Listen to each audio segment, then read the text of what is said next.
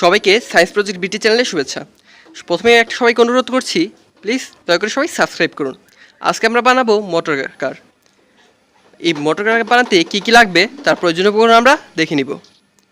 শুরুতেই আমাদের লাগবে যে প্রধান জিনিস, সেটা হলো 9 ভোল্টের একটা ব্যাটারি, একটা অন অফ সুইচ এবং একটি মোটর। তাহলে এখন আমরা শুরু করছি আমরা কীভাবে মোটর গাড়ি বানাবো। প্রথমে আমাদের এভাবে জিনিসটা সংযোগ করে নিতে হবে। প্রথমে ব্যাটারি, তারপর অন অফ সুইচ, আর সেটা মোটর। তোমরা কেউ অন অফ সুইচটা নাও দিতে পারো, এতে কোনো সমস্যা হবে না। প্রথমে আমাদের এই মোটরের সাথে আমাদের নিচে চাকা লাগিয়ে নিতে হবে।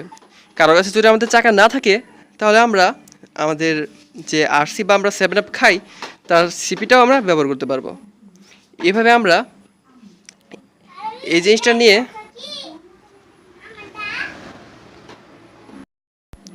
আমাদের বাসায় যাদের এই জিনিসটা নেই, তাহলে আমরা ঝাঁটাশোলার কাঠিও এখানে ব্যবহার করতে পারবো। ঝাঁটাশোলার কাঠি ব্যবহার করে আমরা চাকা দিয়েতে বসিয়ে দিলেই হবে। এভাবে আমরা পরপর দুটা করে নিব এবং দুটা করে নেওয়ার পর আমরা সেটা আমাদের প্রথমে যে আমরা মূল যেইটা বানিয়েছিলাম সেটার সাথে সংযুক্ত করব। এটা এখন যদি আমরা এভাবে সংযুক্ত করি, আমাদের এখানে চিপ আছে বলে আমরা এভাবে সংযুক্ত করলাম। এখন আমরা এটি এভাবে লাগিয়ে নিব। তুমি বলো। আমার চাকা লাগা লাগে, আবার গাড়ি লাগা লাগে। হ্যাঁ, এখন আমাদের চাকা লাগানোর পর সেটা আমাদের প্রায় গাড়িটা অনেকটা হয়ে গেছে। এখন এখন আমাদের মোটরের সাথে এইখানে একটা রাবার এটা সংযোগ দিতে হবে। কেননা মোটর যদি ঘোরে, এই রাবারটা এই চাকাকে ঘোরাবে এবং প্রথম চাকা ঘোরার ফলে আমাদের দ্বিতীয় চাকাটাও অটোমেটিক ঘুরবে। মূলত আমাদের সব গাড়ির ক্ষেত্রে এই নিয়মটাই হয়।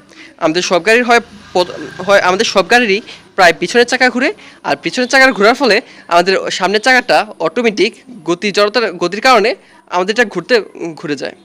এটাও এইখানেও ঠিক একই কাহিনীটা হবে। এখন চলো দেখা যাক আমাদের এই গাড়িটা কীভাবে চলে।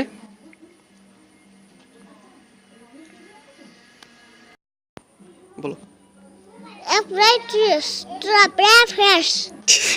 সবাই একটা লাইক দিবেন। ধন্যবাদ। পরবর্তী ব্যাচ দেখার জন্য